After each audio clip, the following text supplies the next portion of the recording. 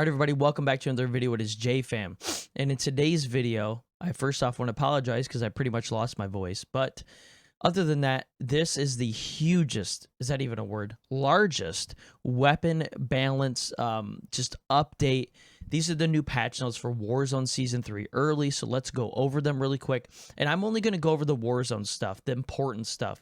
The stuff that we all want to know. I'm not going to go over all the little tiny stuff. I'm going to go over the very most important details, and I'll put a link in the description below of this article, the blog post that Raven Software posted, and you guys can go over and look over the small stuff. But other than that, let's go over the big stuff.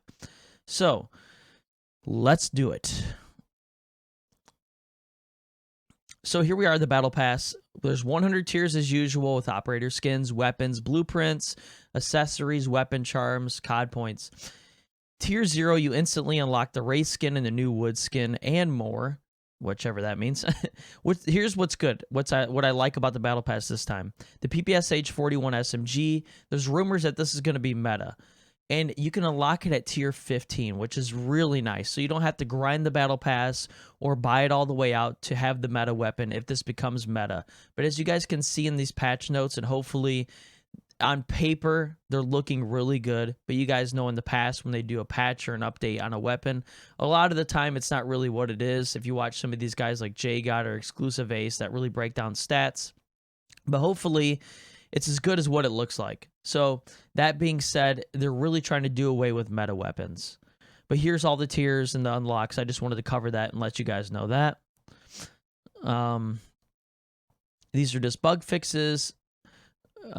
Once again, the unlocks, this is where it's important. So the weapon upgrades or attachments, all these things that they fixed. Cold War AK-47, the recoil pattern has been adjusted.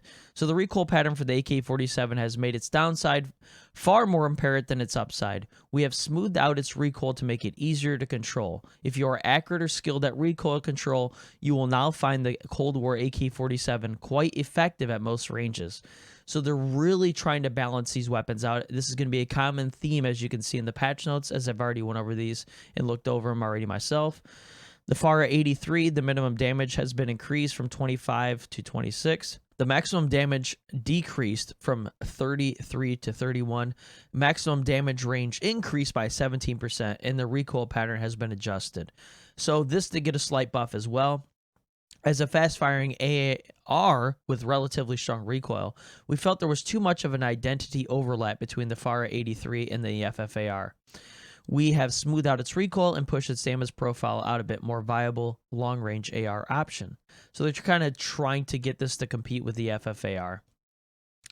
Now, the bread and butter, folks, the FFAR. Maximum damage decreased from 30 to 27. Maximum damage range decreased by 15%.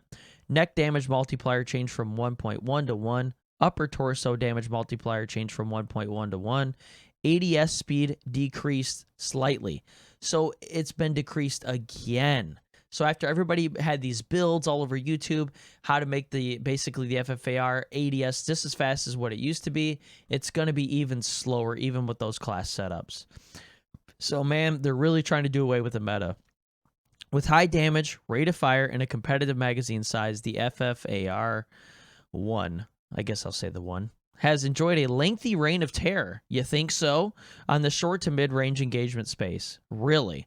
When a weapon is so ruthlessly efficient that it pushes the entirety of a weapon category out of viability, it needs to be addressed. By us, Raven Software, 3 months later. The FFAR will remain a respectable option following this change, but it should now be a playstyle preference rather than a loadout necessity. Recoil increased slightly on the Groza, ADS speed decreased slightly, upper torso damage multiplier changed from 1.3 to 1.1. So the Groza got a nerf.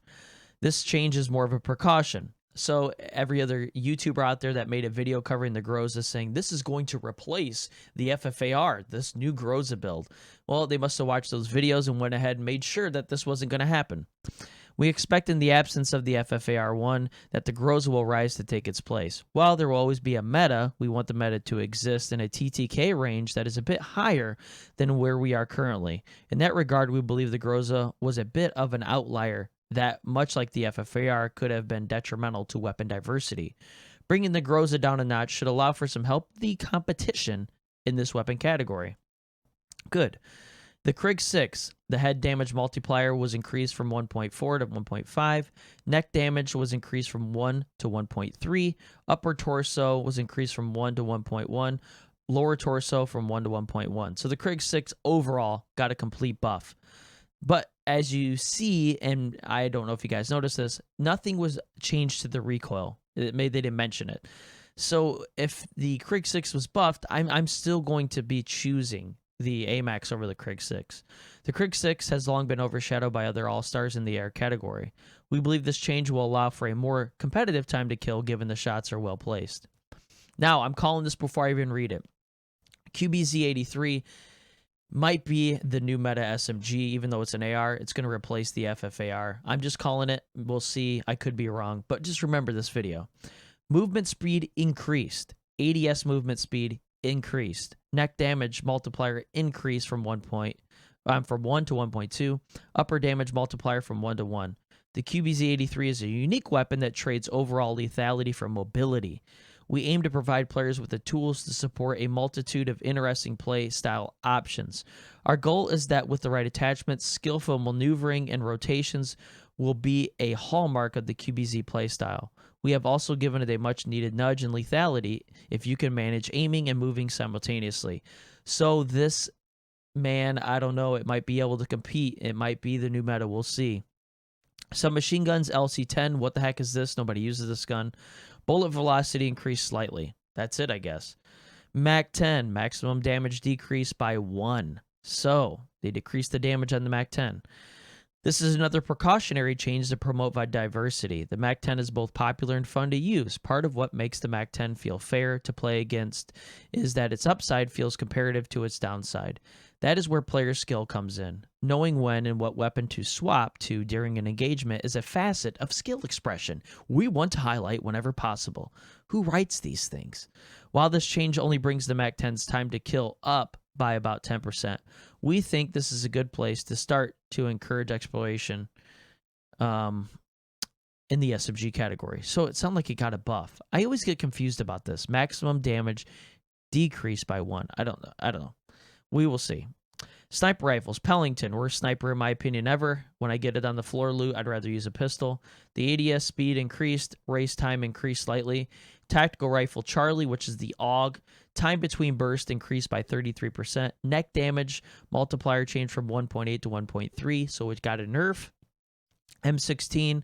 Time burst between increased by 10%. Neck damage multiplier from 1.8 to 1.1. So this got an even bigger nerf than the AUG. The Cold War tactical rifle Charlie and M16 were able to reach rates of fire that allowed the wielder. This is the one that gets me. Listen to this sentence. Who writes this? What the heck does this even mean? This is hilarious. Were able to reach rates of fire that allowed the wielder to negate a requisite identity pillar of burst rifle's accuracy. What?